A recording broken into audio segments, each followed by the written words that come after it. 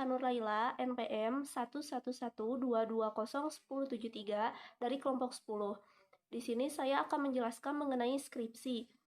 Baik, yang dimaksud dengan skripsi adalah istilah yang digunakan di Indonesia untuk mengilustrasikan suatu karya tulis ilmiah berupa paparan tulisan hasil penelitian sarjana S1 yang membahas mengenai suatu permasalahan atau fenomena dalam bidang ilmu tertentu dengan menggunakan kaidah-kaidah yang berlaku.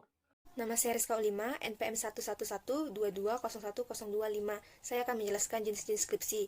Ada 10 jenis skripsi. Yang pertama, penelitian kualitatif. Penelitian kualitatif adalah jenis metode penelitian yang bersifat deskriptif dan analisis secara detail.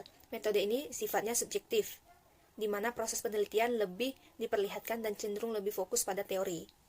Yang kedua, ada penelitian kuantitatif. Penelitian kuantitatif adalah jenis metode penelitian yang dilakukan secara sistematis, terstruktur, dan terinci. Dalam pelaksanaannya, metode ini fokus pada penggunaan angka, tabel, grafik, dan diagram untuk menampilkan hasil data. Yang ketiga, ada penelitian survei. Penelitian survei adalah metode penelitian kuantitatif yang digunakan untuk meneliti dan memecahkan masalah-masalah pendidikan.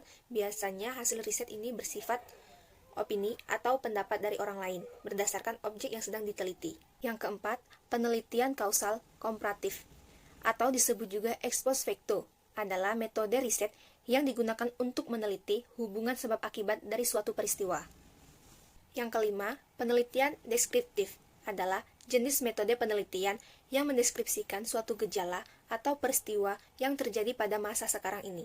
Yang keenam, penelitian tindakan adalah jenis penelitian refleksi diri yang dilakukan oleh partisipan dalam situasi tertentu. Metode penelitian ini dilakukan untuk memperoleh pemahaman mengenai suatu praktik serta menangani situasi. Yang ketujuh, penelitian studi kasus adalah jenis metode penelitian individu atau suatu kelompok sosial yang terlibat kasus tertentu. Contohnya, melakukan studi kasus pada pelajar pengguna narkoba. Yang kedelapan, penelitian pengembangan adalah jenis penelitian skripsi yang dilakukan untuk memperbaiki praktik. Yang kesembilan, penelitian studi korelasional adalah jenis metode penelitian yang mempelajari hubungan dari beberapa variabel tanpa merubah atau mengadakan perlakuan terhadap variabel tersebut. Yang kesepuluh, penelitian eksperimen adalah jenis penelitian skripsi yang menggunakan metode sistematis untuk membangun hubungan yang mengandung fenomena sebab akibat. Penelitian eksperimen ini merupakan metode inti dari metode penelitian yang menggunakan pendekatan kuantitatif. Assalamualaikum warahmatullahi wabarakatuh. Perkenalkan, nama saya Muhammad Fikriansyah, NPM 11122201088. Di sini saya akan menjelaskan tentang sistematika penulisan skripsi. Yang pertama ada bagian awal. Di bagian awal ada sampul judul, pengesahan kelulusan, lembar pernyataan, moto dan persembahan, persetujuan pembimbing, kata pengantar, abstrak, daftar isi, dan daftar tabel, diagram atau gambar. Lalu ada bagian pokok. Di bagian pokok ada bab 1 yang isinya latar belakang, rumusan masalah, tujuan penelitian, manfaat penelitian, dan sistematika penulisan. Yang di bab 2 ada tinjauan pustaka dan landasan teoritis. Di bab 3 ada pendekatan penelitian, sumber data penelitian, metode dan teknik pengumpulan data, serta metode dan teknik analisis data, dan metode penyajian hasil analisis data. Lalu di bab 4 ada penjabaran hasil analisis dan penelitian skripsi. Di bab 5 ada kesimpulan dan saran. Dan akhirnya di bagian akhir ada lampiran dan daftar pustaka. Perkenalkan, nama saya Reisa Permatasari, NPM 11122201066.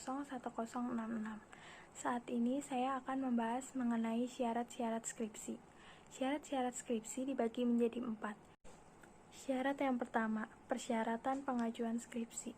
Persyaratan pengajuan skripsi dibagi lagi menjadi 4. Yang pertama, telah lulus sesuai dengan ketentuan SKS dan IPK.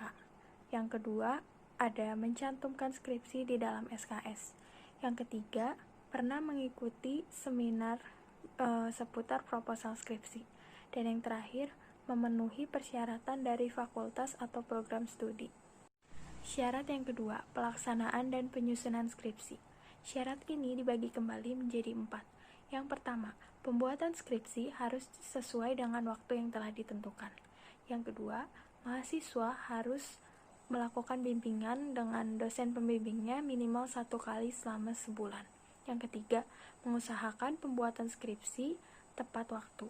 Dan yang terakhir, pelaksanaan skripsi dilakukan sesuai dengan rencana atau proposal yang telah dibuat. Syarat-syarat skripsi yang ketiga yaitu persyaratan ujian skripsi. Persyaratan ujian skripsi dibagi menjadi 7 bagian. Yang pertama, mahasiswa harus terdaftar sebagai mahasiswa aktif. Yang kedua, mahasiswa telah menyelesaikan seluruh beban teori. Yang ketiga, mahasiswa telah lulus dari KKL, PKN atau KP, dan juga KKN. Yang keempat, IPK minimal sesuai dengan standar yang telah ditentukan. Yang kelima, mahasiswa harus menyerahkan bukti penyelesaian skripsi yang telah disetujui oleh dosen pembimbing. Yang keenam, mahasiswa harus menyerahkan fotokopi ijazah dan juga akta kelahiran. Dan yang ketujuh, mahasiswa harus menyerahkan 3 fotokopi sertifikat seminar dan juga 2 fotokopi sertifikat pelatihan. Syarat-syarat skripsi yang keempat, pelaksanaan ujian skripsi. Pelaksanaan ujian skripsi dibagi menjadi 3 bagian. Yang pertama, ujian skripsi dinyatakan sah apabila dihadiri oleh mahasiswa, pimpinan sidang, dan juga dosen penguji. Yang kedua, jika ujian ditunda, maka waktu maksimal penundaannya tidak lebih dari 2 minggu dari minggu sebelumnya. Yang ketiga, berkas terkait ujian skripsi harus disediakan oleh program studi.